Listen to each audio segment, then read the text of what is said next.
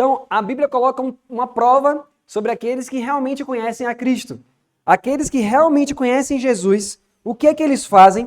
Todos viram aí no verso 3? O que é que eles fazem? Eles guardam os mandamentos. Verso 4. Aquele que diz eu conheço e não guarda os seus mandamentos é o quê? Mentiroso. E nele não está a verdade. Agora, a questão é, como guardar os mandamentos? Verso 5. Mas qualquer que guarda o quê? A sua palavra, o amor de Deus está nele verdadeiramente aperfeiçoado. Nisto conhecemos que estamos nele. Como é que eu sei que eu estou em Cristo? Olha o que a Bíblia está dizendo, se eu guardo a palavra de Deus, o amor de Deus está em mim verdadeiramente aperfeiçoado. Veja que maravilha que a gente falou justamente isso hoje mais cedo. O que é que foi dito hoje cedo? Quem é que derrama o amor de Deus no nosso coração? O Espírito Santo. Mas por que a Bíblia fala que ele é derramado? Porque ele nos lava pela palavra. A gente leu Efésios 5, lembra? Então, à medida que a palavra vai descendo sobre você, ela vai lavando você. A palavra vai lavando você. E quando a palavra lava e ela permanece em seu coração, a Bíblia diz, aí você pode saber que você está em Cristo. Todos entenderam como é que eu sei se eu estou em Cristo ou não? Vou ler de novo o verso 5. Mas qualquer que guarda a sua palavra, o amor de Deus está nele verdadeiramente aperfeiçoado. Nisto conhecemos que estamos nele. Eu não vou precisar fazer uma palestra sobre o poder da palavra, porque Davi já fez essa palestra aqui, né? O poder da palavra, e falou o que é, como é que a palavra tem poder, o que é que a palavra faz. Exatamente. Todos entenderam o poder da palavra? Tá tranquilo isso, né? Então vamos ver se todo mundo entendeu. Quando Deus fala, o que é que acontece? Acontece. Falou, aconteceu. Então, quando Deus fala qualquer coisa, por exemplo, se Deus dissesse que esse slide aqui não está aqui, o que é que aconteceria? Não estaria. Se ele dissesse que meu notebook é vermelho, imediatamente ele se tornaria vermelho. Por quê? Porque o que ele fala tem o poder de criar exatamente o conteúdo que está sendo falado. Ok? Por isso que se você é uma pessoa egoísta e você recebe a palavra em seu coração e medita dia e noite em cima da palavra que diz não cuide cada qual apenas daquilo que é seu, mas também daquilo que é dos outros. Essa frase por si só já carrega o poder de tirar o seu egoísmo. Se você é uma pessoa que carrega a amargura de outras pessoas e fica, meu Deus, como é que eu vou tirar isso daquela pessoa? Aquela pessoa me feriu, falou uma coisa que eu não gostei e aquilo me magoou. Como é que eu vou tirar isso do meu coração? Está escrito. Toda amargura, Efésios 4, verso 30 e 31. Toda amargura, cólera, ira. O que diz o final? Seja tirada de vós. A própria palavra que diz seja tirada, se você ficar meditando nisso dia e noite, ela própria, como se ela tivesse uma mão, vai lá e remove do seu coração isso. Todos entendem isso? Eu vou falar um pouquinho, alguns testemunhos aqui de vez em quando eu comecei a aprender essas coisas. Então, a palavra carrega poder em si mesma para operar o que ela diz. Então, se a gente entende isso, a gente começa a desejar ter mais comunhão com a palavra. Veja só 1 João capítulo 1, verso 1. O que era desde o princípio, o que ouvimos, o que vimos com os nossos olhos, o que temos contemplado e as nossas mãos tocaram da palavra da vida. Porque a vida foi manifestada e nós a vimos e testificamos dela. E vos anunciamos a vida eterna que estava com o Pai e nos foi manifestada. Veja que antes de João dizer que ele estava manifestando e anunciando essa vida, o que ele fez antes? O que era desde o princípio, o que ouvimos, o que vimos, o que temos contemplado, veja, não é só ver, é contemplar, meditar. O que mais? O que ouvimos, o que vimos, o que temos contemplado e as nossas mãos tocaram da palavra da vida. O que é isso, tocar? Ele sente. É algo que é real. Olha, eu sinto isso. Eu vejo, eu experimento essa realidade e estou anunciando para você algo que é verdade. Porque eu estou tendo experiência com Jesus Cristo. É isso que João está falando aqui. Então veja que o Evangelho não é sobre você estudar alguns textos da Bíblia e intelectualmente entender o raciocínio e passar para as outras pessoas. Não. O Evangelho é sobre aquilo que você ouve, vê, contempla, experimenta, toca e aí você anuncia. Por isso que Paulo fala assim, ó, o Evangelho que temos apresentado a vocês não consiste em palavras, mas em demonstração do Espírito e de poder. É justamente o que tem faltado na nossa igreja. Nós temos pregações e pregações, estudos e mais estudos, mas o que tem faltado para a igreja adventista? Poder. E como é que a gente tem a evidência máxima que falta poder na igreja adventista? Porque se você entende que o Espírito de Profecia fala que Jesus voltaria 2 anos depois de 88, já se passaram 130 e quantos anos? Como que pode a gente ter uma mensagem que pode fazer Jesus voltar em menos de 2 anos? Nós estamos aqui há mais de 130 anos desde que essa mensagem foi proclamada. Falta o quê, então? Falta poder. Nós temos rádios, nós temos TVs, nós temos pessoas capacitadas, PhDs, mas o que é que nós mais precisamos, mais do que tudo? Consagração. Você pode ter o aparato mundial inteiro, mas se não tiver uma consagração, se não tiver o Espírito Santo, vai ser somente palavras. Então, nós precisamos começar a entender que o Evangelho é isso aqui. O que ouvimos, o que vimos, o que temos contemplado e as nossas mãos tocaram na palavra da vida. Experimentação. Então, quando nós falamos ontem do livro Estudo sobre Fé, não sei quem é que trouxe, acho que foi você, não é? O livro Estudo sobre Fé, quando você começa a experimentar, explicar o que é a fé, você vai começar a perceber que, à medida que você vai estudando a palavra de Deus, essa palavra vai transformando você de dentro para fora. Agora, olha só que interessante. Ele diz assim, vocês percebem então que, visto que a fé de todos deve ser assim provada, precisamos da fé que já resistiu à provação. Temos então este testemunho. Aqui estão os que guardam os mandamentos de Deus e têm fé em Jesus? Não. A palavra tem não se encontra no texto, não foi isso que a gente falou no primeiro dia? Eles guardam os mandamentos de Deus e guardam a fé de Jesus. Esta é a mercadoria genuína. Esta é a fé que em Jesus suportou o teste.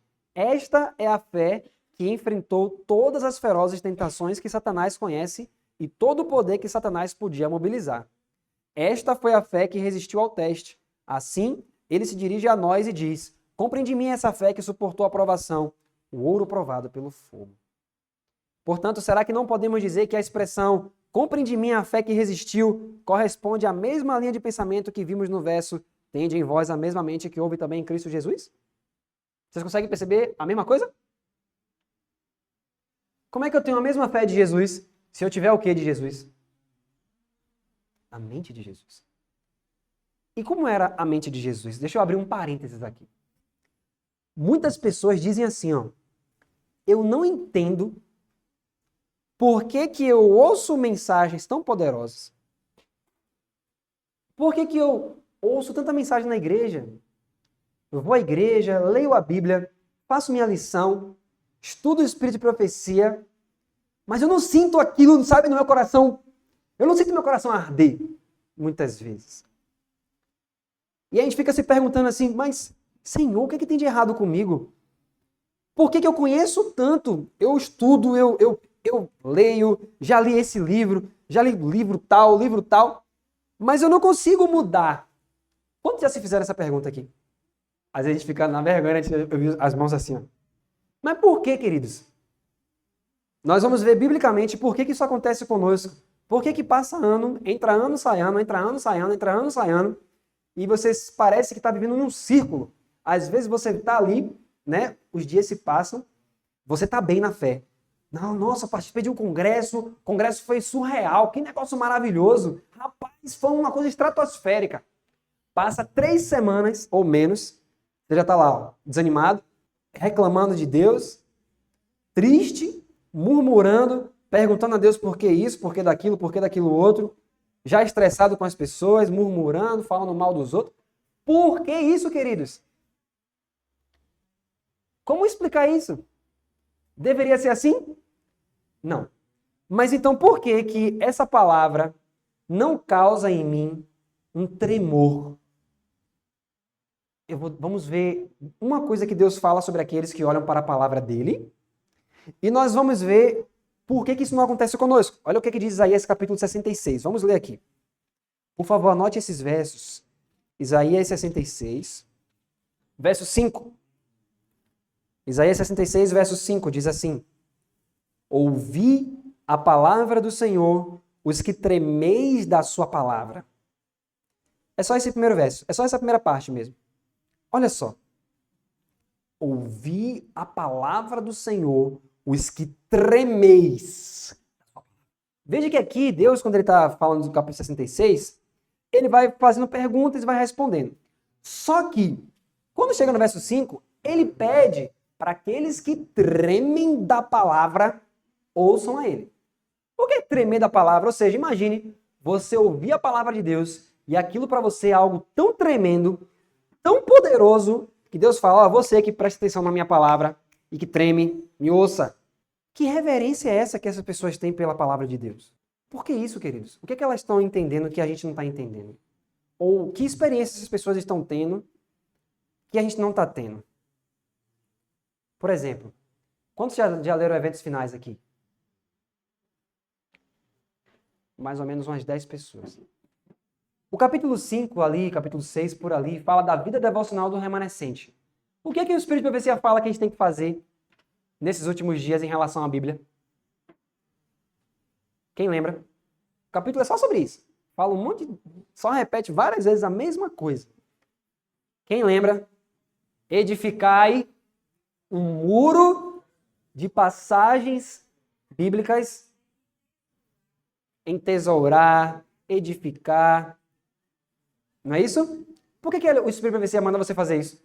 Olha como tudo vai se encaixando. Vamos pegar aquela questão do poder da palavra e essa questão de eventos finais. Ó, pense só. Imagine que você está num contexto de cidade. Eu não vou falar nem do campo, vou falar de cidade. Você está ali na cidade e você tem que sair de casa às 5h30 da manhã, porque você vai para o trabalho que é do outro lado da cidade e você tem que estar no trabalho às 7 horas da manhã. No percurso, você costuma pegar engarrafamento. Você pega o pico ali do horário que o povo está saindo e você pega o engarrafamento e aí o ônibus está cheio e você vai em pé. Você está lá, segurando aqui e tal, no ônibus. Bom, normalmente, nesse momento que você está ali, né, começa a passar um monte de coisa na sua cabeça. É ou não é? Você pensa na família, nos problemas que está tendo, os problemas do trabalho, fulano que está perturbando, né? Cansaço, como você poderia melhorar de vida, como você queria ganhar mais. Assim, passa uma série de coisas na sua cabeça. Daqui a pouco você até peca em pensamento. É ou não é? Dá um desânimo. Ah, Senhor, por que isso? Eu queria tanto sair daqui. Já há anos que eu quero sair da cidade. O Senhor sabe que eu quero sair da cidade, desse inferno. É ou não é? Agora, em vez de isso acontecer, se você entende que o que você lê nesses textos tem a capacidade de criar dentro de você o que está sendo dito, então, em vez de você ficar pensando nesse tipo de coisa, por que o Espírito de Profecia manda você edificar uma passagem, um muro? Porque Satanás não consegue penetrar esse muro. Então, imagine que em vez de você estar pensando nesse tipo de coisa, você está aqui, ó, no ônibus, o mundo pode estar acontecendo o que for. As pessoas estão falando de futebol, tem gente ouvindo lá música. Vamos aprofundar essa experiência. Tá lá você no ônibus, a pessoa bota uma música daquelas ali de tremer o espírito. E aí você começa a se angustiar com aquilo e se chatear. Você fica chateado, rapaz, numa hora dessa de manhã cedo. Aí você pode, por dentro, você pode começar a falar um monte de coisa daquela pessoa. Rapaz, preste atenção. Hebreus 4, verso 12, diz assim. A palavra de Deus é o quê? Viva e eficaz. Preste atenção nesse verso, preste muita atenção. E o que ela faz? Ela é mais penetrante do que qualquer espada de 2 gumes. Para que você precisa saber disso? Você pode pensar nisso? Mas você tem que saber disso. Olha o que a Bíblia fala. Ela penetra até um ponto. A Bíblia quis te dizer até que ponto a espada penetra. Qual é o ponto, queridos? Ela divide alma e espírito. Você já parou para perguntar? Eu vou te fazer uma pergunta aqui. Qual foi a última vez que você percebeu a divisão da sua alma e do seu espírito pela palavra? Me diga uma vez só na sua vida que você percebeu isso. Porque a Bíblia lhe diz que ela tem a capacidade de pegar a sua alma e seu espírito e fazer assim, ó.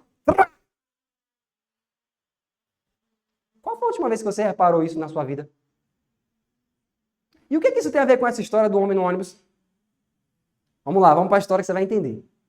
A Bíblia diz, então vamos citar o verso por inteiro. Porque a palavra de Deus é viva e eficaz e é mais penetrante do que qualquer espada de 2 gumes. Ela penetra até o ponto de dividir alma e espírito, juntas e medulas, e é apta para discernir os pensamentos e propósitos do coração.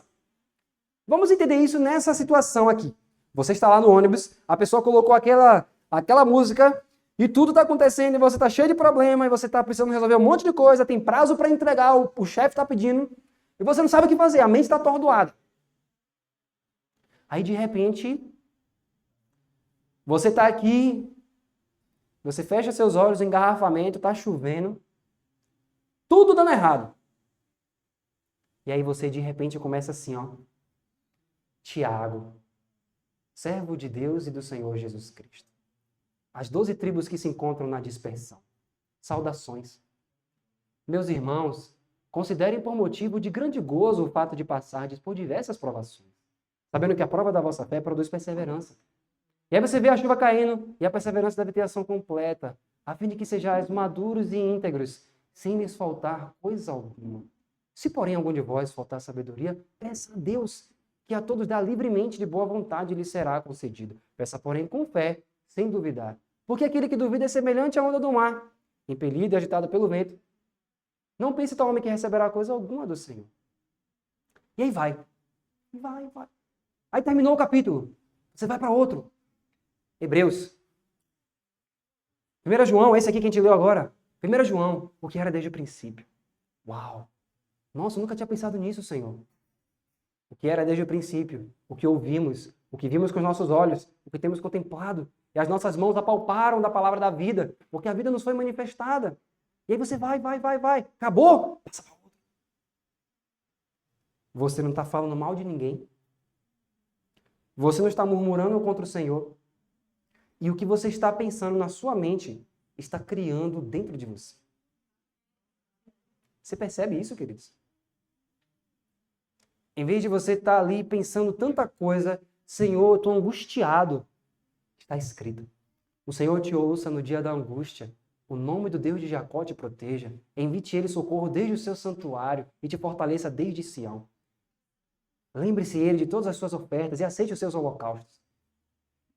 Nossa, Senhor, muito obrigado porque a tua palavra diz, Senhor, que quando eu clamo na minha angústia, o Senhor me ouve. Ó, Senhor, já esteja à frente. E você começa a orar.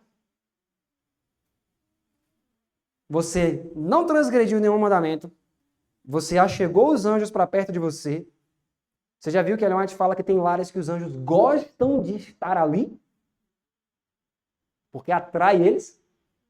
Você já leu isso? Existem pessoas que os anjos gostam de estar perto delas. Por que será, queridos? Será que é porque elas são boazinhas? Não! Porque elas exalam Jesus Cristo. Existem pessoas assim nesta terra, meus amados. Nós sabemos porque está escrito no Espírito de Profecia. Os anjos anelam estar ao redor dessas pessoas. E se você for ler primeiros escritos, ali diz que existem pessoas que são indiferentes ao tempo em que vivem e são descuidadas. E ela fala que tem outras pessoas que vivem no mesmo período dessas primeiras, mas choram, agonizam, tremem diante de Deus, clamam por um Salvador. Sabe o que é que o Espírito de Profecia diz? Que acontece no mundo espiritual?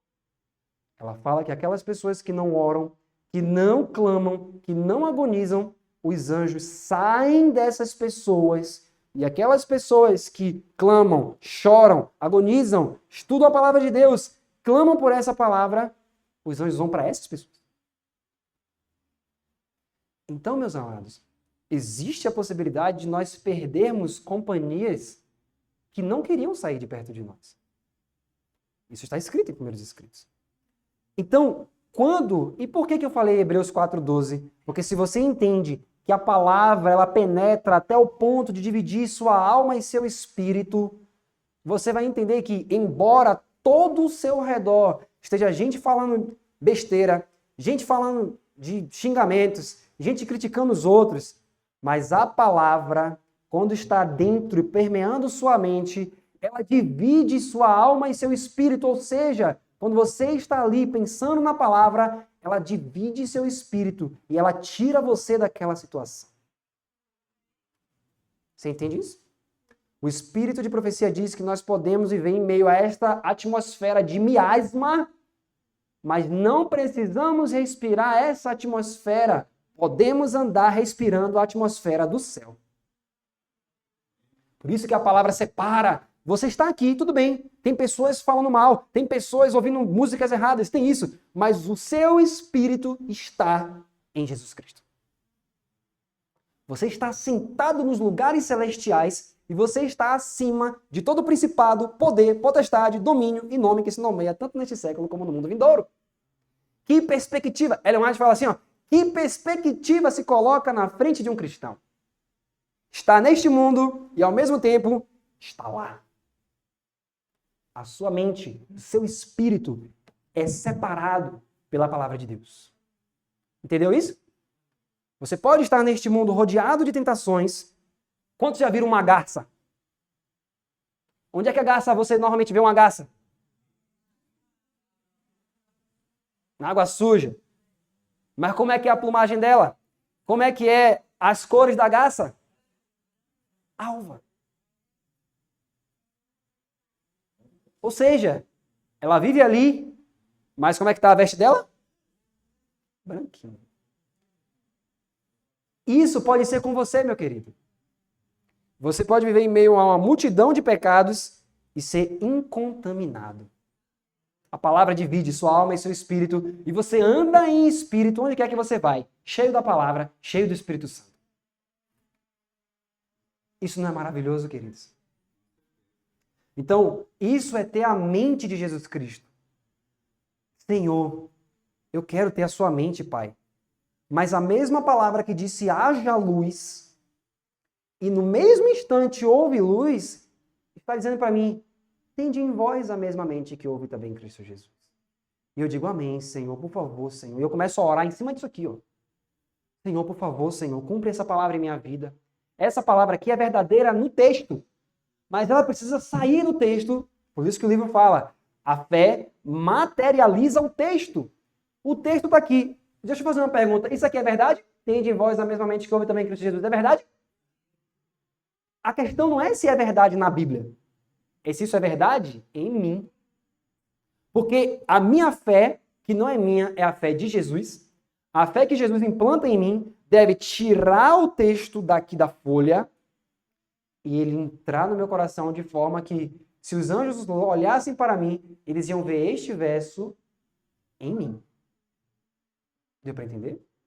E a palavra vai sempre separar minha alma e meu espírito. Onde quer que eu ande, eu estarei andando sempre com pensamento em Jesus Cristo.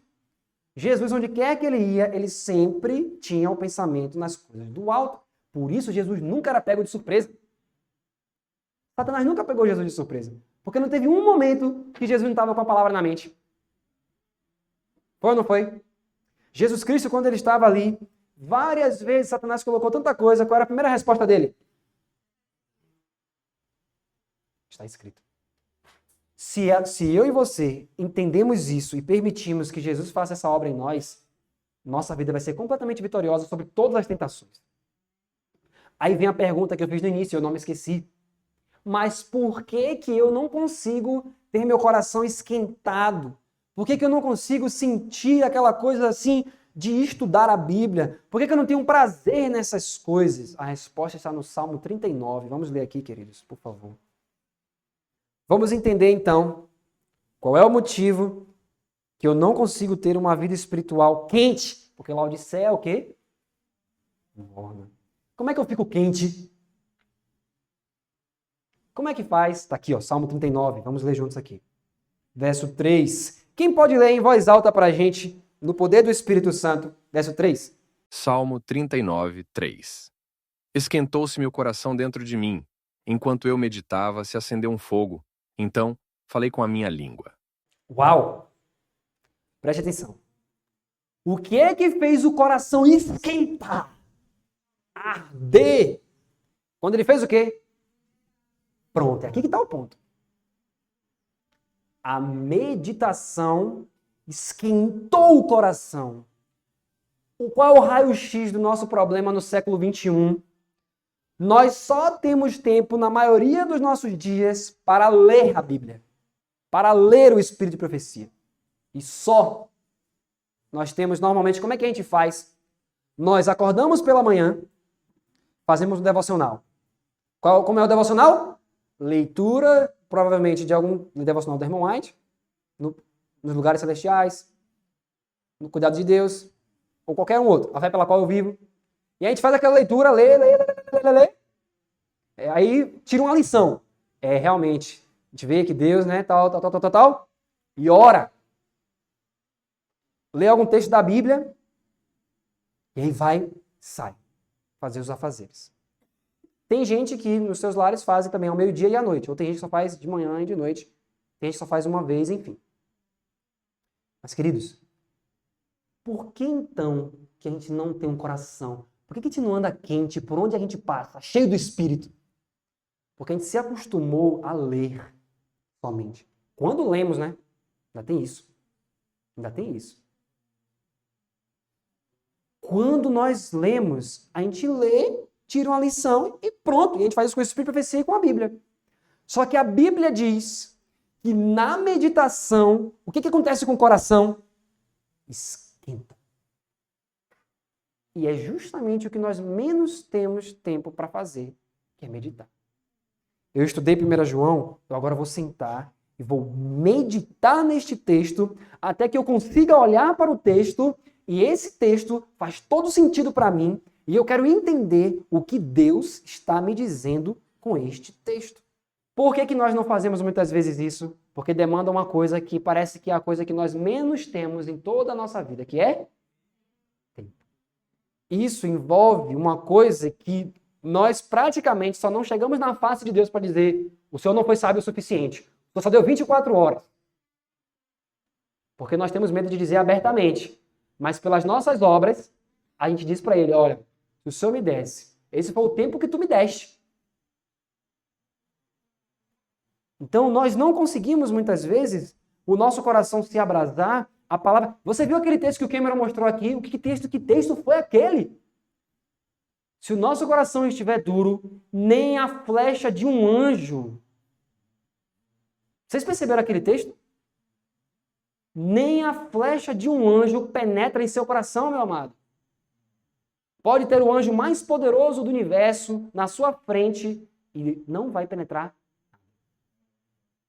A única coisa que vai transformar seu coração é o Espírito Santo derramando o amor de Deus dentro do seu coração. E ele não faz isso à parte da palavra. Tem que existir palavra. A fé vem pelo ouvir, o ouvir vem pela palavra. A lavagem é feita pela palavra. Mas eu preciso meditar. Eu preciso que essa palavra entre no meu coração. Quando eu estiver trabalhando, eu preciso, em vez de estar pensando na vida do irmão, eu preciso estar pensando na vida do meu grande irmão, Cristo. E essa palavra, quando ela começa a fazer sentido, por isso que Deus enviou a mensagem de 1888. O que é que esses mensageiros fazem? Eles pegam os textos bíblicos e dizem, é isso. O quê? Por isso que Ellen White fala que as pessoas saem com a Bíblia para cima. Achei luz. A Bíblia para mim é um livro novo. Porque os textos que até então eram todos anuviados, as pessoas começaram a entender. Era isso o tempo todo? Aí começava a meditar em cima do texto. E o texto ia começando a fazer sentido. E a pessoa ia pensando. E era transformada de dentro para fora. E às vezes a gente fica perguntando, como é que eu me torno um bom cristão, sendo que a gente quer receitas prontas. Não existe receita própria. Existe comunhão, querido. Existe comunhão. Isso é maravilhoso. Olha só, quando a mente que Cristo teve for a mesma que eu tenho, não fará essa mente em mim exatamente o que ela fez nele? Ah, eu quero tanto ser como Jesus. É simples. Quando você tiver a mente que Cristo teve, aí você pergunta, como é que eu vou ter? Primeiro, peça. Primeira coisa, peça. Senhor, eu preciso da tua mente, me dá a tua mente. Peça com fé sem duvidar. Não está escrito isso? Senhor, me dá a sua mente, Senhor. Aí eu lhe pergunto, como é que Jesus vai fazer isso? Pegar a mente dele e colocar dentro da nossa. Está naquele texto que a gente leu hoje de tarde, Efésios 3,16. Para que, quando ele fala que o Espírito Santo é derramado em nosso interior, quem é que vem habitar em nosso coração? Quem vem? Vocês estão esquecendo o texto muito rápido. Vamos abrir Efésios 3, 16 e 17. Queridos, deixe esse texto entrar em sua célula, entrar em seu neurônio lá no fundo. Se tiver outras coisas, fala assim, sai. Deixa só o verso. Deixa só o verso. Efésios 3, 16 e 17. Olha só, vamos abrir o texto. Preste atenção. Efésios 3, 16 e 17. Diz assim, ó. Todos acharam? Vamos ler pausadamente para você entender, para o verso entrar no seu subconsciente, no seu consciente, no seu coração, nas suas válvulas e nas suas células. Olha só. Verso 16. Para que, segundo as riquezas da sua glória, vos conceda que sejais o quê, meus amados? Pronto. Você precisa ser fortalecido com poder. Como é que esse poder vem? Qual é a continuação do verso? Diz o que aí? No homem. Pronto, vamos parar aqui. Então a primeira coisa que ele pede é para que você receba poder. E ele diz, esse poder vem pelo Espírito no homem interior. Ou seja, o Espírito é derramado sobre você e ele começa a reger suas paixões, suas inclinações, seus pensamentos, seus desígnios, suas intenções. Ele começa a refrear, ele começa a segurar. É como se ele segurasse os 4 ventos da sua natureza pecaminosa. Então ele desce sobre você e o Espírito começa a te controlar. Quando isso acontece, que o Espírito é derramado sobre você, qual é a consequência desse derramamento? Verso 17. O que é que acontece aí? Para que Cristo habite pela fé onde? Pronto. Olha o que a Bíblia está dizendo, meus amados. Quando o Espírito desce sobre você, Cristo, a própria pessoa de Cristo, vem e mora onde?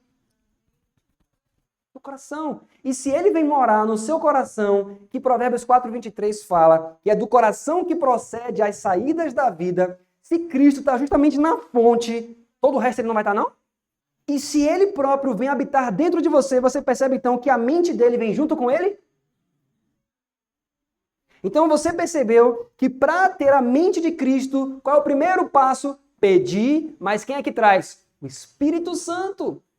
Então a maior necessidade que existe em toda a terra é de pessoas cheias do Espírito Santo. Só isso, meus amigos. Não temos necessidade mais de mais TVs, não temos necessidade de mais rádios. Nós já temos isso no mundo inteiro praticamente. O que precisa é de homens cheios do Espírito Santo. Porque em uma época onde não havia rádio, não havia televisão, não havia internet, em 2 anos Jesus Cristo voltaria com essa mensagem. Como é que hoje, com o YouTube, com a internet, com tudo isso, nós não alcançamos nem metade da metade do que eles faziam? Então, para que você tenha a mente de Cristo, você precisa desesperadamente do Espírito Santo. Você precisa olhar para a Bíblia e dizer, essa palavra que Jeremias diz assim, ó, porventura não é a minha palavra como martelo que esmiuça a pedra? Quem vai quebrar seu coração de pedra é a Bíblia. Desejado de todas as nações diz assim, ó, a palavra destrói a natureza carnal. Queridos, a palavra de Deus tem poder para destruir sua natureza carnal. Então, não pense que memorizar a Bíblia é só para ficar memorizando texto e ficar assim, repetindo como um papagaio. Não.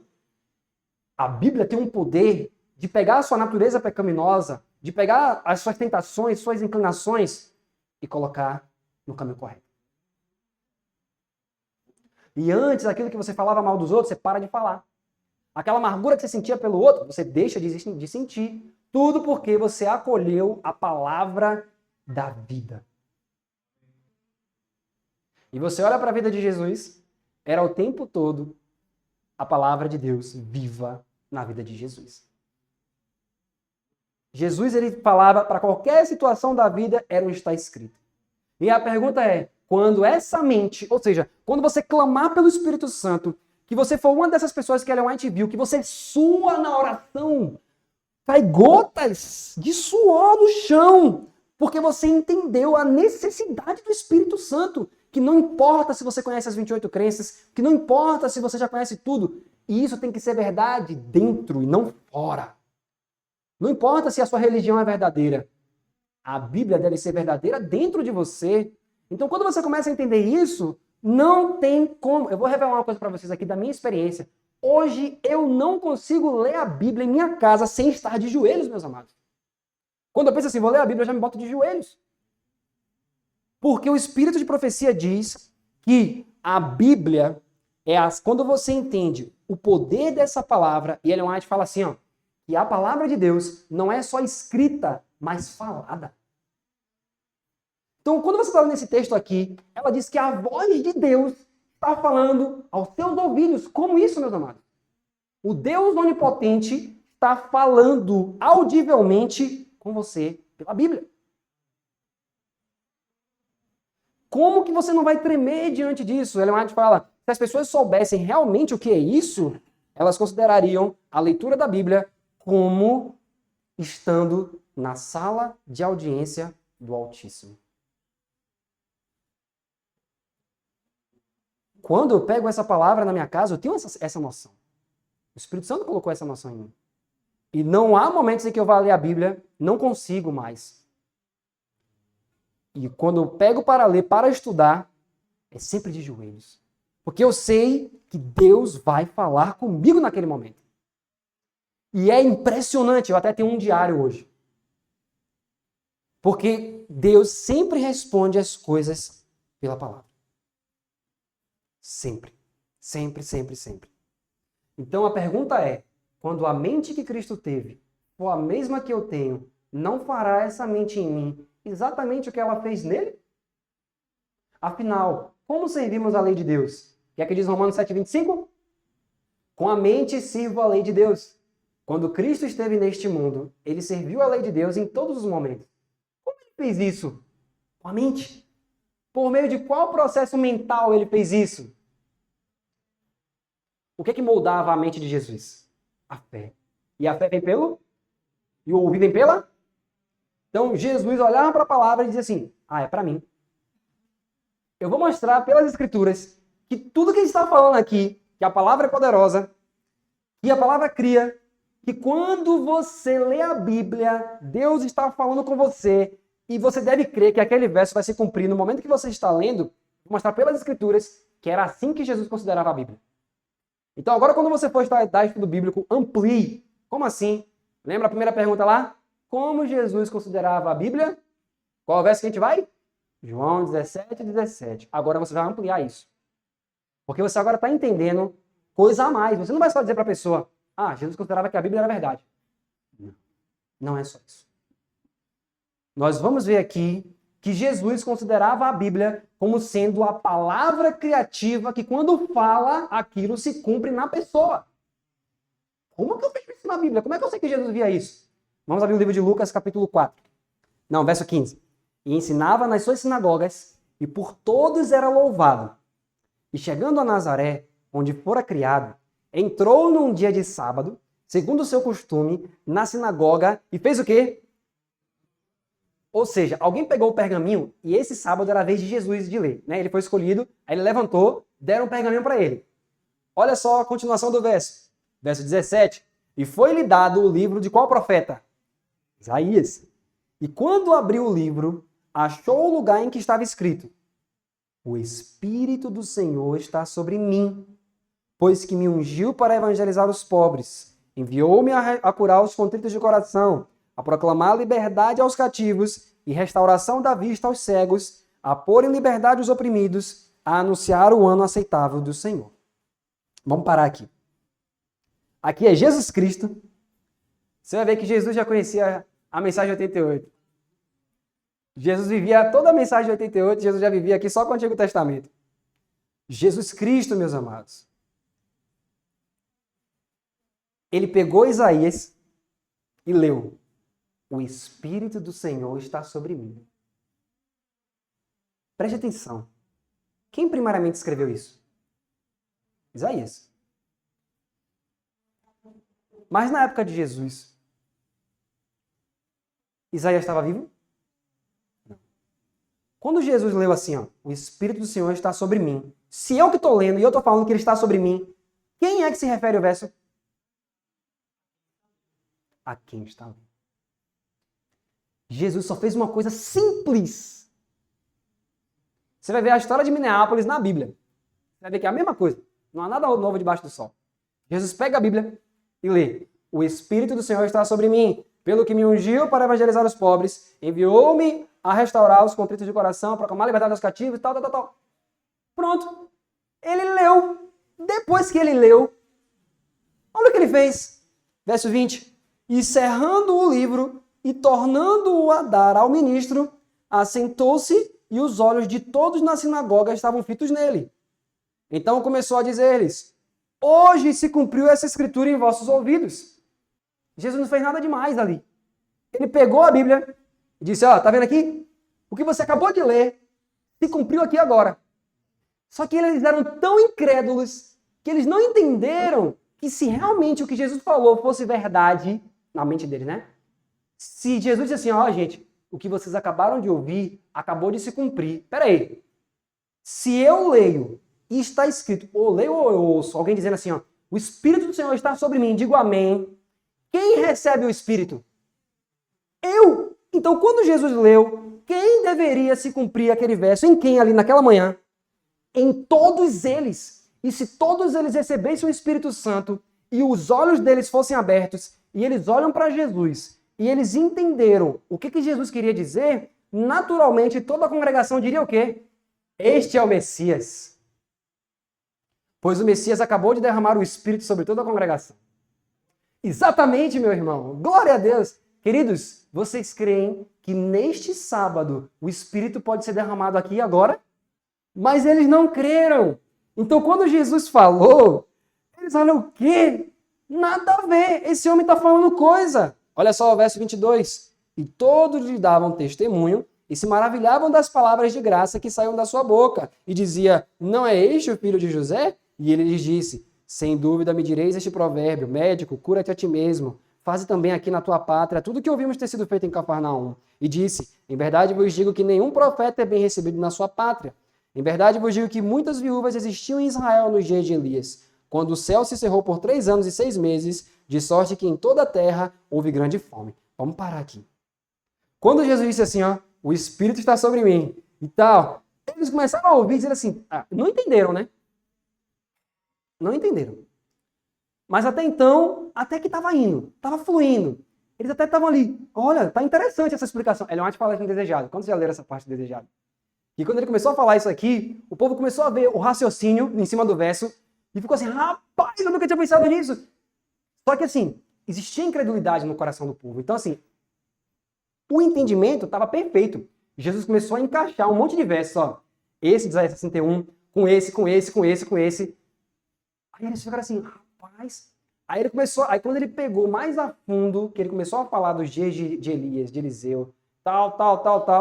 Quando o povo realmente entendeu que Jesus disse assim, ó, vocês estão dizendo que estão crendo? Vocês não creem. Vocês não creem na Bíblia, vocês não creem na palavra. Aí quando ele mostrou a verdadeira situação deles, qual foi a resposta deles para Jesus, queridos? Versos 28, o que é que diz aí? E todos na sinagoga, ouvindo essas coisas, o que é que fizeram com Jesus? Tem uma coisa diferente em relação a Minneapolis? Não. Quando os mensageiros em Minneapolis apresentaram a mensagem da justiça de Cristo, que disseram: a palavra se cumpre aqui, e a gente pode entrar em Canaã logo. Mas vocês não creem.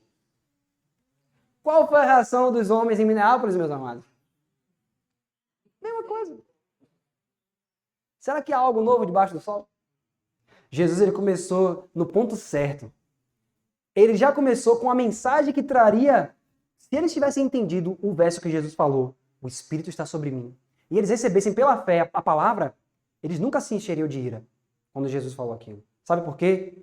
Porque nesse livro aqui, ó, conta a história da mulher cananeia, que está lá em Mateus 15. Observe o que Jesus fez com aquela mulher. Queridos, é tremendo isso. Preste atenção, eu vou resumir aqui, só para a gente continuar. Mas quando Jesus disse que eles eram pobres, miseráveis, cegos, e que eles não recebiam a palavra, a Bíblia diz que eles ficaram como? Irados, com raiva. Aí vem uma pessoa de lá, não sei aonde, ouviu falar que Jesus era um homem bom, curava, fazia milagres. Quando ela foi pedir a ajuda de Jesus, o que é que Jesus falou para ela? Não é bom pegar o pão dos filhos e deitá-lo para quem, meus amados? Jesus nem falou de cachorro aqui, ó. Jesus pegou pesado com esses judeus aqui? Nem 1% do que ele fez com aquela mulher.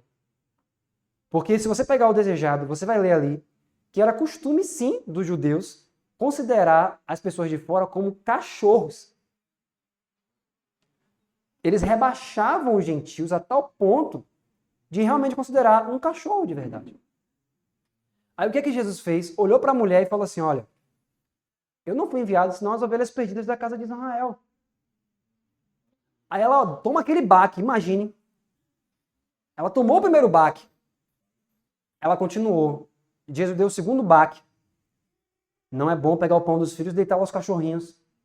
Aí Ellen White fala que Jesus, quando ele falou isso, ele primeiro estava provando a fé daquela mulher, mas também ele fez isso de propósito para poder depois mostrar para os discípulos que era irrazoável esse tipo de comentário em relação aos outros. Esse preconceito, né?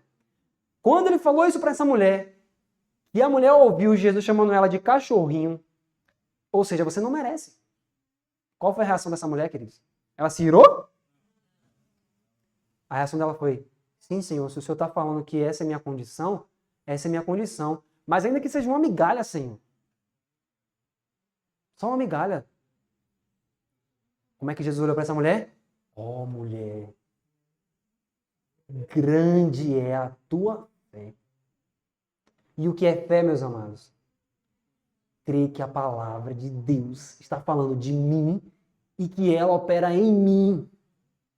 Então ela olhou para Jesus e disse, Jesus, o que o Senhor falou, embora eu não aceite pelo meu orgulho,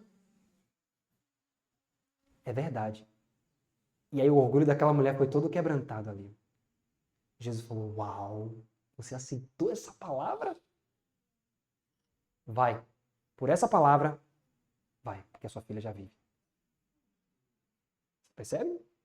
Aí Jesus para Laodiceia faz a mesma coisa. Antes de dar o remédio, ele fala, Laodiceia, você é miserável, pobre, cego e nu. Aí o que é que a gente faz hoje? Não, eu não sou laodiceano. A igreja está no estado de Laodiceia. Eu não. Não é assim que a gente faz? Eu não, eu sou quente. A igreja está no estado de mornidão. Aí vem o sermão 9 aqui desse livro, que me quebrou em pedaços da primeira vez que eu li. Não, a Odisseia é você. Então veja que diferença de espíritos. Dois espíritos receberam a mesma repreensão, só que a repreensão que ela recebeu, né, aparente ali, era muito pior. Muito pior. E envolvia questões muito mais traumáticas do que para os judeus. Eles estavam dentro da sinagoga, Jesus só pegou o verso e explicou, meus amados. E aquela mulher saiu de sua casa, viajou a quilômetros, naquela época não tinha carro, viajou quilômetros e quilômetros para depois de toda uma viagem chegar e dizer assim, imagine, você sai de lá de outro lado do Brasil, chega no Sítio Triunfo, a irmã Simone fala assim, não, você não vai comer aqui não. Como é que você ia pensar? O que você ia pensar da irmã Simone? Não. Não vou deixar você comer aqui não. Você entendeu o que aconteceu com essa mulher? Ela viajou o tempo todo para quando ela finalmente, depois de um dia desgastante, encontrou Jesus e falou assim, não. Ele nem atenção deu para ela. E aí Jesus no final falou assim, mulher, que fé você tem? Ou seja, ela acolheu a palavra, embora fosse uma palavra dura, ela recebeu. Então, olha só, Por meio de qual processo mental Jesus fez isso? Como é que ele acolheu toda a palavra? Como é que aquela mulher conseguiu suportar toda a repreensão e no final receber a bênção? Pela fé. Jesus disse, ela disse, amém, Senhor, isso é verdade, que assim seja. Agora eu lhe pergunto, você já entendeu o que Jesus disse para Laodiceia? Entendeu ou não entendeu? Laodiceia é o quê? Vamos pegar só um aspecto de Laodiceia, ser cego. Se Jesus disse que você é cego, como é que os evangelhos apresentam os cegos na Bíblia? O que eles faziam? Quando eles sabiam que Jesus estava passando por ali e eles eram cegos. Senhor, filho de Davi, mesmo passando vergonha. Senhor, filho de Davi, tem misericórdia de mim. O povo, cala a boca. Mas como eles sabiam que era Jesus, e eles eram cegos, independente se vai passar vergonha, se não vai, é Jesus. E eu sou cego, eu preciso de Jesus, eu preciso do milagre de Jesus. Então todos os cegos na Bíblia, eles clamavam, eles pediam, eles iam atrás de Jesus. Se eles soubessem que era Jesus, eles queriam ir de qualquer forma. Você não vê Bartimeu? Bartimeu lançou até a capa, que era a única coisa que ele tinha, jogou para fora, não estava nem aí. Não é Jesus. Se realmente você aceita o testemunho para você, por isso que Ellen White fala, por que a mensagem para a Laodiceia não fez o efeito que tem que fazer na igreja hoje? Você já viu esse texto de Ellen White? Ela diz assim, ó, porque a gente não está dando nem metade da atenção para esse conselho, nem para essa repreensão. A gente lê e fala assim, eu sou cego, viu? Eu sou miserável, sou pobre, cego, não é isso mesmo. Não, você não está entendendo isso. Não é, lembra que a gente leu em Caminho a Cristo? Não é uma mera aquiescência externa, intelectual. Por exemplo, se eu chegar para você agora de noite, vem cá, meu irmão, você crê que você é Laodiceia? Qual vai ser a sua resposta? Sim, claro, eu creio, meu irmão. Deus falou que eu sou Laodiceia, eu sou Laodiceia. E vai ficar nisso? Não, se você está entendendo que você é cego, você vai correr para Jesus todos os dias. Porque você entendeu que o Espírito de Profecia lhe disse que a consagração é diária. Devemos receber um batismo do Espírito Santo todos os dias. Então você vai correr para Jesus Cristo e dizer, Senhor, eu sou cego, eu quero formar meu próprio caminho. Mas como que um cego vai formar o próprio caminho? Não tem como. Então Jesus diz, olha, guiar-te-ei com os meus olhos. Você entende quando Jesus fala guiar-te-ei com os meus olhos? Você é cego, mas quando Jesus habita em seu coração pela fé, Jesus enxerga. Então, se você vai ser guiado, você continua sendo cego, mas Jesus vê. Você percebe como isso abate sua glória? Não é que você era ruim e agora vai ser bom. Não, você continua sendo mal. Mas por isso que a Bíblia fala, considerai-vos mortos. Veja só. Se a Bíblia está dizendo que o que a mente de Jesus fez com ele vai fazer conosco, o que significa então negar-se a si mesmo? Como é que Jesus se esvaziava dele mesmo para permitir que o Pai habitasse? Na prática, nós vamos até ler outro livro depois, amanhã. Mas vou mostrar na forma prática. Por exemplo, tem um texto, Manuscript Release, volume 7, que ela disse que quando Jesus era chamado para as festas, seja de casamento, seja de aniversário, seja o que for, ela disse que Cristo não aceitava todas as coisas que davam para ele comer. Você já viu esse texto? Eu vou tentar trazer esse texto amanhã. Ele não aceitava. Passava um monte de coisa ali, mas ele sabia que aquilo ia fazer mal, então ele não comia. O que é negar-se a si mesmo? Negar-se a si mesmo é, Deus chega para você e fala uma coisa, ó, conselho sobre regime alimentar. É assim, assim, assim, assim, assim. Primeira coisa que você vai se deparar. Rapaz, mas eu gosto de comer isso aqui. Vamos falar de todo o processo para você entender de forma clara. Ei, mas peraí. Não. Mas não pode usar esse tipo de artigo aqui? Mas eu como isso aqui desde criança. Nasci e cresci comendo isso. Minha família, toda reunião de família, bota isso aqui na alimentação. Aí fica difícil. Aí a mente carnal vai querer fazer o seguinte, não, rapaz, que nada. Tem outro texto aí, procura outro texto aí, porque você vai conseguir contrabalancear, você pode usar de vez em quando. Que nada, rapaz, pouco a pouco. No Conselho sobre Regime Alimentar, Ellen White fala que aqueles que quando a mensagem chega para eles e diz assim, ó, vamos fazer pouco a pouco, ela fala que Satanás dá risada dessas pessoas. Sabe por quê? Porque ele diz assim, ó, estes já estão em meu poder. Por quê? Porque se Deus fizesse conosco o que a gente faz com Deus, ai de nós. Você começa a jejuar, a chorar, por favor, Senhor, me ajuda. Deus fala assim, rapaz, vou te ajudar pouco a pouco. Por isso que Satanás, ele sabe que a mensagem é, você recebeu a mensagem, qual é a próxima coisa que você tem que fazer? Correr para Jesus Cristo, pedir poder pelo Espírito no homem interior, para que Cristo habite em meu coração pela fé.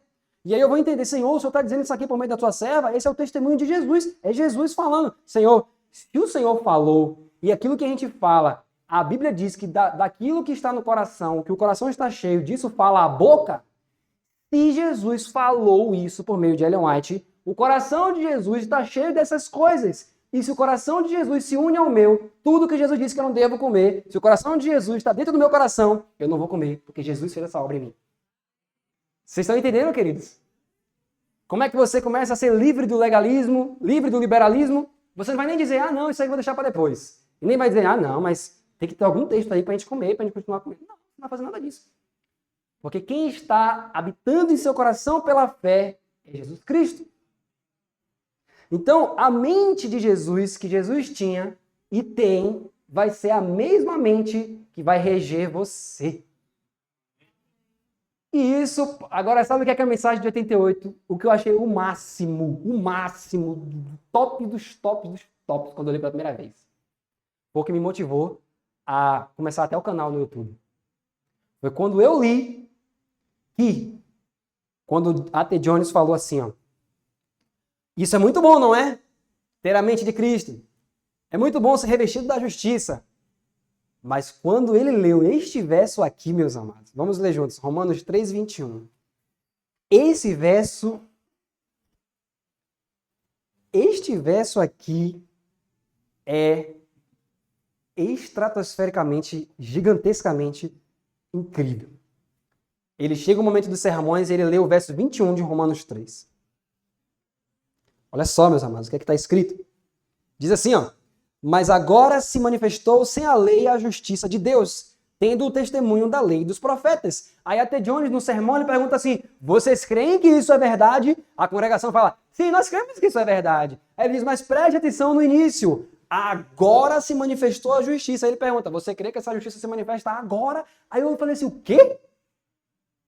Neste exato momento, eu posso me derramar diante de Deus e a justiça que está pronta para eu enfrentar todo um tempo de angústia é derramada sobre mim agora? Sim, meus amados, essa é a boa notícia.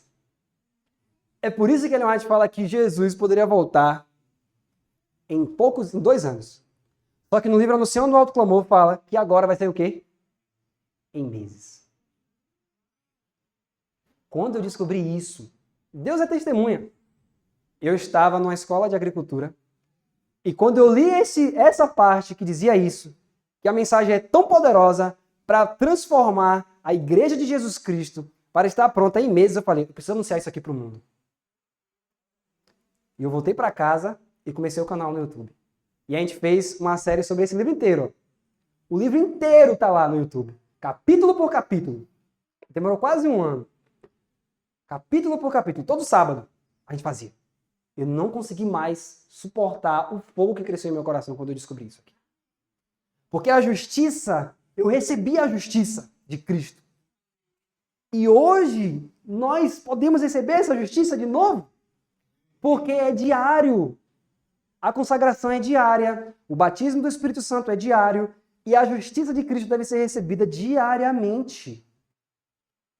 Se você teve essa experiência ontem, foi o maná de ontem. Agora desce novo maná hoje. Você precisa se apoderar disso hoje. Quando a nossa mente começa a raciocinar isso assim, aí você entende. Então eu fui consagrado ontem. Ontem foi ontem. A meditação, a justiça, tudo que eu preciso é hoje. E aí você vai ver que seu coração vai arder todo dia.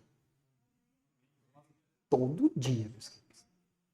Ainda que você passe por situações probantes, mas você vai chegar em casa de noite, seja lá o horário que você vai fazer isso. E quando você começar a ler as Escrituras, meditar nas Escrituras, e você for começar a orar, seu coração vai esbrasear. Eu sempre dou esse testemunho para as pessoas.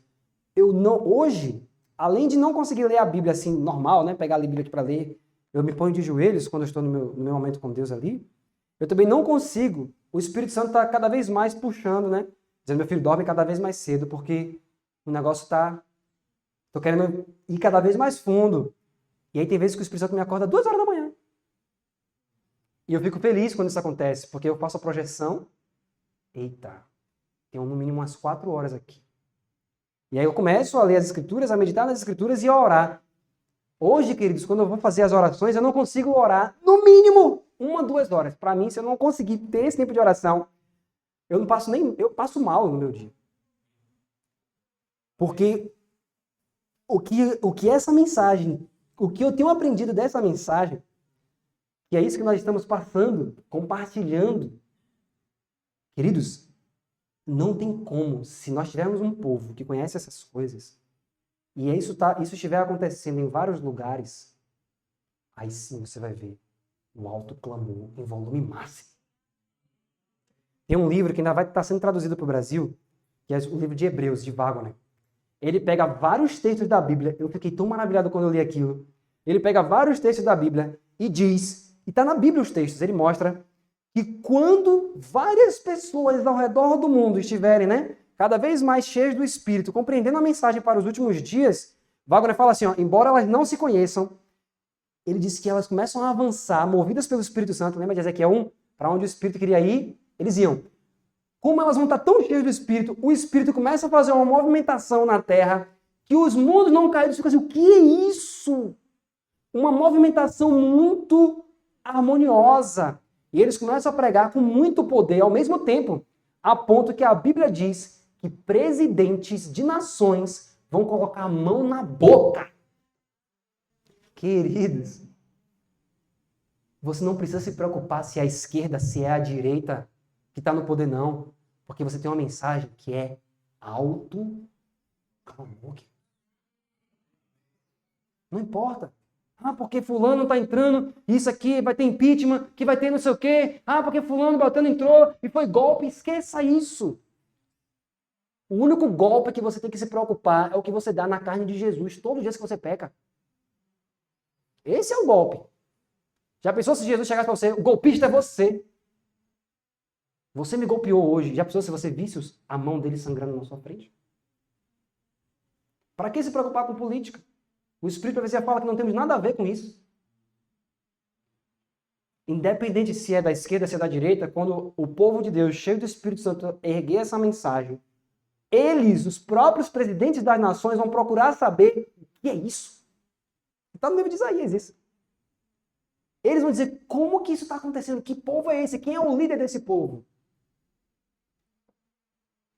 E eles vão saber que o líder desse povo, Isaías 55, é o próprio Jesus Cristo. E muitos grandes homens que hoje você olha e fala assim, esse não tem solução, olha o que ele já fez na vida dele, você vai ver que ele vai tomar o lugar de muitos que estão hoje nas nossas fileiras. Então a minha parte e a sua parte é se encher do Espírito Santo. Deixar que a espada entre e crave no coração de pedra e derrube o coração de pedra. E o que a mente de Jesus fez nele, ou seja, Jesus se deparava dia a dia com diversas tentações. Ele estava ali e dentro dele, diante das tentações, Satanás apresentava a possibilidade. Mas o que é que Jesus fazia? Anulava-se a si mesmo e dizia, seja feita a vontade de Deus. Olha o exemplo máximo no Getsemane. Quando a vontade de Cristo estava em direta oposição à vontade de Deus. Como assim? Quando Jesus falou assim, ó, quando Jesus olhou para o cálice, que é a ira, Jesus queria receber aquela ira? O que é que diz o desejado? A sua natureza humana fez o quê? Recuou. Não quero não. Então, a vontade de Cristo ali era fazer o quê enquanto humano? Recuar. E aí o que foi que ele fez? Ele orou pedindo. Pai, se possível, qual foi a petição da oração de Jesus? A vontade de Deus era passar o cálice? Não. Porque Deus sabia que a única maneira de fechar o projeto da redenção, o plano da redenção, era ele sorvendo o cálice. Mas ali, naquele momento, a vontade de Jesus era recuar. Ali era a natureza humana. Aí ele diz, todavia não seja como eu quero, mas como... Isso é negar-se a si mesmo. Quando você quer seguir por um caminho, quando você quer fazer algo, e Deus diz, não, é assim. Aí você diz, não seja como eu quero, mas como tu. Aí eu lhe pergunto, se essa mente, mesmo diante da ira de Deus, você já viu o que é a ira de Deus? Ezequiel 22, Deus fala assim, ó, como se ajunta a prata, o cobre, o estanho, o chumbo e o ferro, e assopra-se o fogo sobre eles, e eles se fundem. Assim, eu pegarei vocês, os moradores de Jerusalém, unirei todos vocês, soprarei sobre vocês o fogo da minha ira. Queridos, para você derreter ferro, estanho, chumbo, cobre, é 30 graus? É 50 graus? É uma temperatura enorme. E Deus disse, da mesma forma que se funde eles, eu vou fundir todos vocês. Era isso que Jesus contemplou. Ele falou, meu pai, eu não quero isso não. Ninguém quer, queridos. Ninguém quer. Mas Deus falou, meu filho, é necessário. E se diante de todo um fogo como esse, e quando Zacarias fala assim, ó, volta-te, ó espada, contra aquele que é o meu companheiro, Jesus viu essa espada.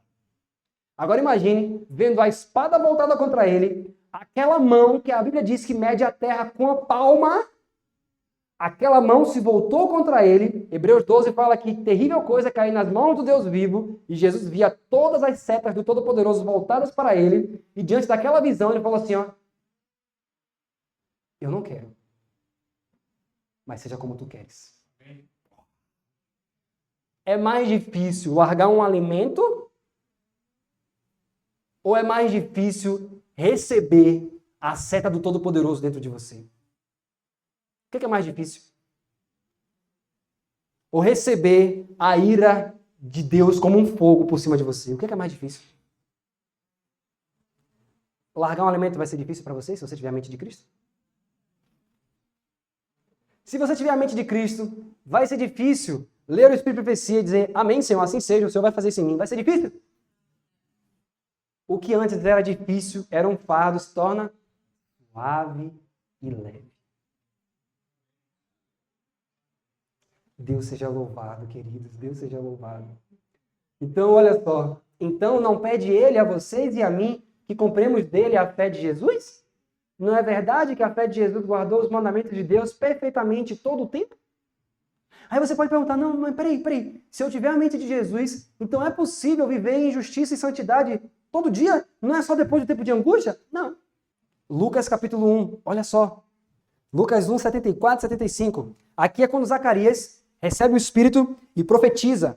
E aí dele fala, bendito seja o Senhor, né, que trouxe salvação. Mas quando chega no verso 74 e 75, olha o que ele fala sobre o juramento de Abraão. Que o juramento era de conceder-nos que, libertados da mão de nossos inimigos, o serviríamos sem temor. Como é que eu vou servir Deus? Olha o verso 75, como é que está escrito aí na sua Bíblia? Está escrito em santidade e justiça só depois que Jesus sair do santuário? Todos os dias da sua vida você pode ser puro, santo, justo e irrepreensível. A pergunta é, você acredita que isso é verdade? Porque a palavra do Deus vivo está lhe dizendo que isso é verdade. O juramento que Deus fez a Abraão é para que ele colocasse pessoas nessa terra para provar a Satanás que ele estava errado no princípio. No princípio, quando Satanás foi expulso, ele disse assim, ó, eu acho que isso está na revista Sinais dos Tempos, de 1896, 16 de janeiro, ela fala assim, ó, que o Satanás, Lúcifer até então, né, ele disse assim, ó, eu vou provar para todo o universo que é impossível os filhos e filhas de Adão viverem perfeitamente toda a lei de Deus. É impossível. Por isso que ela fala que quando Adão e Eva caíram, ele exultou, disse, está vendo aí? Não falei que era impossível? Mas Deus jurou pela vida dele mesmo, como está em Hebreus 6, que haveria pessoas nessa terra que viveriam de maneira santa e justa todos os dias da vida deles. E qual vai ser a maior prova disso? Quando se apresentar o que a Bíblia chama de 144 mil. Pessoas que na geração mais fraca que tem, estarão vivendo em santidade e justiça, mesmo que todo o mundo esteja contra elas. Vão se manter justas, santas, puras e irrepreensíveis, mesmo na hora mais tenebrosa que esse mundo vai enfrentar. Por isso Deus enviou a mensagem de 88. Para que você consiga suportar esse período totalmente limpo das suas transgressões. Mas lembre-se, você não precisa esperar lá na frente. O ouro está aqui, queridos, agora de noite. Jesus está aqui, agora, dizendo, comprem de mim, é de graça. Custou um preço. Mas é oferecido a você de graça. Que coisa maravilhosa. Será que a mente de Cristo não é a mesma ontem, hoje e para sempre? Será que a mente de Cristo nele próprio agirá de forma diferente da mente de Cristo em mim ou em qualquer outra pessoa? Não. A mente de Cristo era de fato a mente de quem? A mente de Deus. Deus estava nele na carne. O próprio Deus estava ali trazendo os pensamentos para Jesus. E se você permite que a palavra entre em seu coração de tal forma que você está transbordando a palavra, Deus vai falar com você. E por meio de você. Em vez de ter uma situação que você vai reagir, vai falar alguma coisa que não devia, o que vai brotar de dentro de você vai ser uma palavra da Bíblia. Já pensou, meu irmão? É isso que Deus está colocando diante de nós hoje. No livro Consagração, capítulo 5, eu queria muito ler isso. Ela fala aquele texto que ela diz ali, que muitos se perderão querendo ser bons cristãos. Porque vão ouvir pregações maravilhosas, dizendo, olha, o cristianismo é isso, é ter a mente de Cristo. E elas sabem como é que elas vão reagir? Uau, eu espero um dia ter a mente de Cristo, eu vou chegar lá, esse dia vai chegar. Mas quando é que a justiça se manifesta? Quando é que você deve tomar a decisão de ser um verdadeiro cristão? Quando é que a Bíblia fala, já estou crucificado com Cristo? É já estarei ou já estou? Se a tua palavra está dizendo que eu já estou, assim seja, Senhor. Ah, mas eu não consigo enxergar isso na minha realidade. Medite mais. Até que o que está escrito entre na sua célula e você viva essa realidade. É assim, queridos, é assim, meus amados, é assim. É dessa forma que se vence os principados e potestades. Foi assim que Jesus venceu. Nós estamos batendo raio-x na pessoa de Jesus. Amanhã a gente vai ver mais detalhes da vida dele. Eu vou falar só dele, da pessoa dele. E a gente vai ver mais detalhes. Deixa eu ver quanto tempo? 5 minutos. E temos este outro conselho. Que compres de mim ouro refinado pelo fogo e o que mais? Vestiduras brancas para te vestires. E vocês se lembram da descrição que fizemos sobre essas vestiduras. A ilustração fala desse vestido fiado no tear do céu, no qual não existe um único fio de fabricação humana. Irmãos, essa veste foi tecida em um corpo humano. O corpo humano, a carne de Cristo, foi o tear, não é mesmo? Pronto. A gente finaliza aqui hoje. Porque amanhã, queridos, nós vamos falar especificamente sobre essa veste que foi tecida no tear do céu. Queridos, essa veste, assim como o ouro, Ellen White tem um texto no livro Ellen White e o Alto Clamor, que ela diz assim, ó, que aqueles que desde a reunião de Minneapolis tiveram o privilégio de ouvir as mensagens trazidas por A.T. Jones, E.J. Wagner, W.W. Prescott, O.A. Olsen e outros, ouviram o seguinte convite: vinde, porque tudo já está pronto, preparado. Sabe por quê? Porque a nossa mentalidade, eu vou falar sobre isso depois, nossa mentalidade é assim: é possível ser um cristão assim? Um dia eu chego lá. Jesus vem falar assim, olha, eu já sou assim. Toma de graça quem eu sou. E vive quem eu sou a partir de hoje. O quê? O caráter que o Senhor está dizendo que é o caráter ao ser alcançado, que não pode ter nenhuma mancha, nenhuma nódoa, nenhuma rúgula, eu posso receber das tuas mãos, Jesus, hoje. Se você pegar o livro do Cameron, Anunciando o Alto Clamor, você vai ver lá a história de uma mulher E ele conta aqui nesse livro aqui também, que a mulher vivia como adventista do sétimo dia. Eu vou finalizar com essa história. Ela vivia como adventista do sétimo dia há muitos anos. A família era família de pastores, né, e tudo isso. Mas ela vivia assim, eita, Jesus precisa ter um povo preparado. Jesus precisa ter um povo que vai reivindicar o caráter dele. Tem que ter as vestes da justiça dele. Mas quando eu olho para mim mesma, falta tanta coisa ainda. E quando eu olho para a igreja, eu vejo o estado dos irmãos, eu fico assim, minha situação já é ruim. Quando eu olho para a igreja, está pior. Como é que Jesus vai voltar tão cedo? Não vai voltar agora, vai demorar um tempo ainda. Aí os familiares dela foram para Minneapolis, ouviram a mensagem de 88, voltaram para casa e ela perguntou, e aí, o que é que vocês ouviram? Olha, a justiça de Cristo é nossa e ela pode ser nossa agora. Aí ela, o quê? Aí ela diz no livro, desde então fiquei feliz. E ela diz, estou feliz até agora. Porque ela descobriu que em vez de tentar alcançar a santidade, aquele texto da irmã White, né? A santificação é o processo de uma vida inteira. Aí a gente pensa, vai demorar toda uma vida para alcançar a santificação. Não, meus amados. Olha o texto que você leu, Lucas 1. Para servir em santidade e justiça todos os dias da sua vida. Em vez de você tentar ficar uma vida inteira para alcançar a santificação é obra de uma vida inteira. Por quê? Porque Jesus trouxe a santidade para você, as vestes, e você vai viver uma vida de santificação que vai durar a sua santidade todos os dias de sua vida. Não é que você vai ficar buscando uma santificação, se batendo, tentando chegar lá em cima. Jesus chegou lá, ele desce e diz, meu filho, toma a veste. E essa veste vai permanecer com você todos os dias. E a santificação vai ser a obra de uma vida inteira, sabe por quê? Porque todos os dias você recebe santidade de Cristo Jesus. Glória a Deus. Vamos orar então? E amanhã a gente fala mais sobre essas vestes. Glória a Deus, meus amados. Que coisa tremenda aqui. Eu estou pregando, eu estou ouvindo e meu coração está ardendo. Deus seja louvado. Vamos orar. Querido Pai que está nos céus, queremos, ó Pai, nessa noite te agradecer imensamente por tudo que o Senhor está ensinando para a gente, Senhor. Senhor, que coisa maravilhosa, Senhor. Ainda que estejamos, ó Pai, com sentimento, meu Deus, de condenação, o Senhor Jesus Cristo desce diante de nós e diz, meu filho, aqui está o ouro refinado pelo fogo. Aqui estão as vestes que você precisa. Ah, Senhor, o Senhor mostrou em Zacarias capítulo 3, Senhor, que ali estava Josué, vestido com vestes imundas, Senhor. E Satanás dizendo, esse daí? Mas o Senhor disse que o Senhor escolheu, Senhor, Jerusalém, como um tição tirado do fogo, meu Pai. E o Senhor disse, o Senhor te repreenda, Satanás. Que o Senhor assim diga agora na vida de todos nós que estamos aqui, Senhor.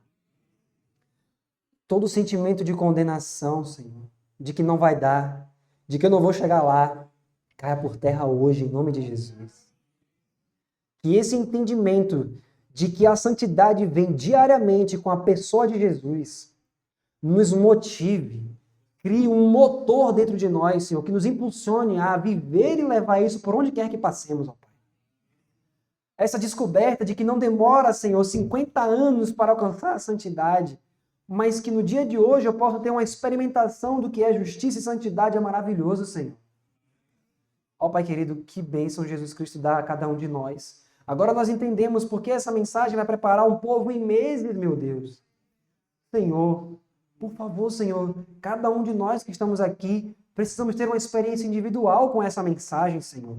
Queremos, ó Pai, que a seta do poderoso da Tua palavra entre nos nossos corações entenebrecidos pelo pecado, Senhor, e que essa seta, Senhor, saia de dentro dessa seta a palavra dizendo, haja luz.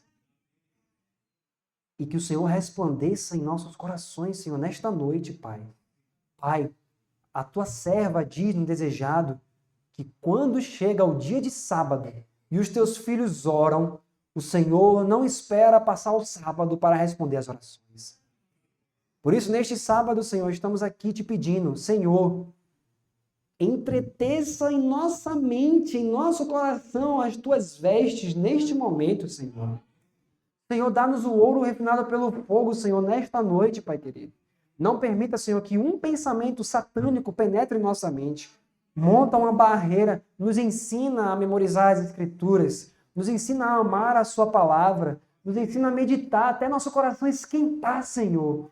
Por favor, Senhor, ainda que a gente pense que a gente vai passar vergonha se a gente professar Jesus Cristo, que a gente gritar por Jesus Cristo, Senhor, que a gente seja como Bartimeu, Senhor. Lancemos nossas capas sujas diante de nós, Senhor, e digamos, Senhor, filho de Davi, tenha misericórdia de mim. Eu estou cego, dá-nos a visão nesta noite, Senhor Jesus. Abre os nossos olhos, Senhor, por favor. Precisamos dessa experiência de forma individual, meu Deus. E que todos nós, sem exceção, vivamos a realidade dessa mensagem.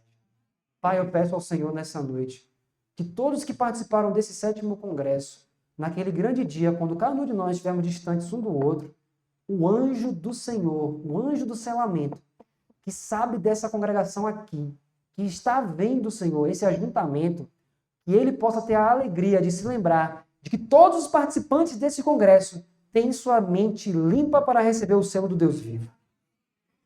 Senhor, nós te agradecemos, Senhor, porque o Senhor tem respondido todas as orações. E que o Senhor responda essa oração também. Que o Senhor também abençoe o alimento que queremos ingerir ali.